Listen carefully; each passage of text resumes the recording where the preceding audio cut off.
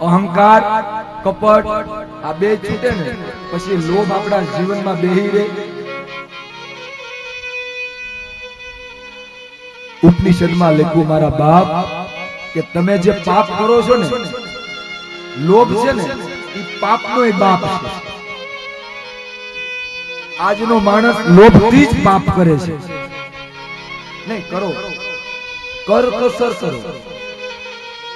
સમય અભાવે સમય સાથે ચાલવું પડે. કર કસર કરો મારા બાપ, પણ તમે આટલો બધો લોભ તો ન જ કરો કે જે શાસ્ત્રમાં મનાય છે. કારણ લોભો પાપસ્ય કારણ, લોભ છે ને એ પાપનું કારણ છે. कीजिए मेरे प्यारे भाई बहन लोग, लेकिन इतना तो मत कीजिए कि भगवान से आप दूर हो जाए.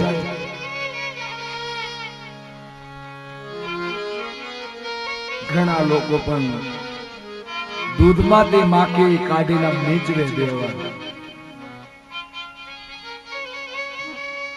અતિ લોભ નથી સારો બાપ. એક વણિક શેઠ વ્યાજ વચાનો ધંધો કરતા હતા. વાણિયા કોઈ હોય તો માફ કરજો બાપ. એટલે વણિક શેઠ પૈસા આપવાનો ધંધો કરતા ને એમાં એક વ્યક્તિને વણિક શેઠને પૈસા દેવાના, એટલે વાણિયાને પૈસા લેવાના.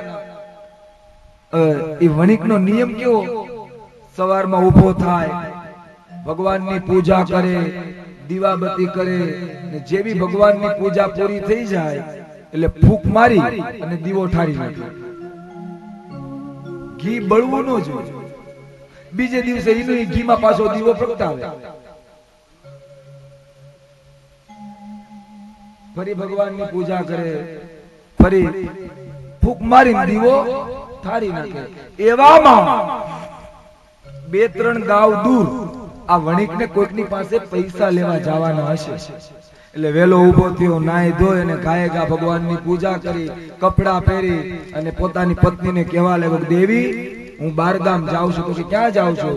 તો કે ફલાણા ગામ જાઉં છું, મારે ત્યાં પૈસા લેવાના છે, હું રાત્રે વેલા મોડો આવી જાય. એની પત્ની કીધું બહુ સારું નાથ. વણિક શેઠ નીકળ્યા પૈસા લેવા.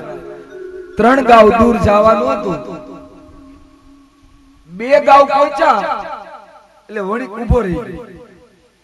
વણિક વિચાર કરવા લાગ્યો, મારું ખોટું થઈ ગયું છે.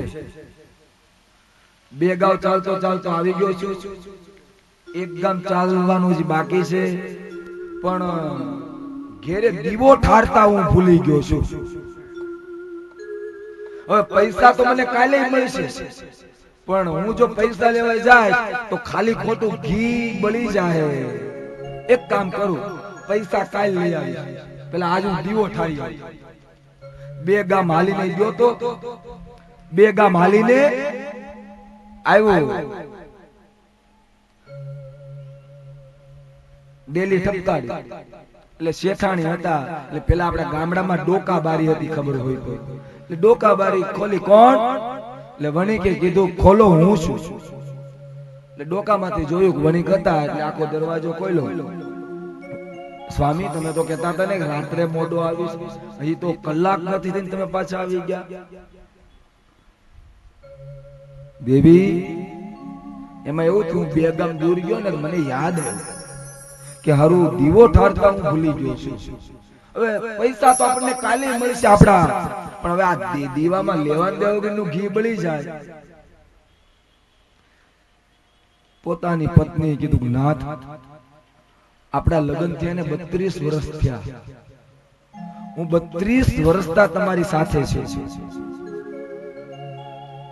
તમે દીવાબત્તી કરી ને જેવા ડેલીની બહાર નીકળ્યા ને એટલે મેં ડેલીને આગળ ગયો માર્યો, મેં બીજું કોઈ કામ ન કર્યું. પેલા હું મંદિરમાં ગઈ, દીવો ચાલુ હતો ને મેં ફૂંક મારીને ઠારી નાખ્યો.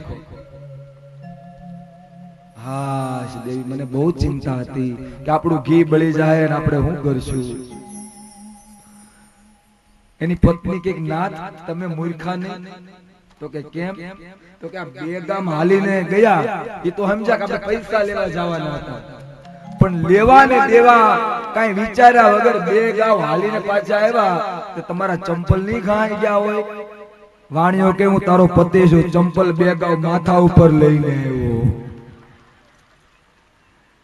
અતિ લોભ એ પાપનું મૂળ છે.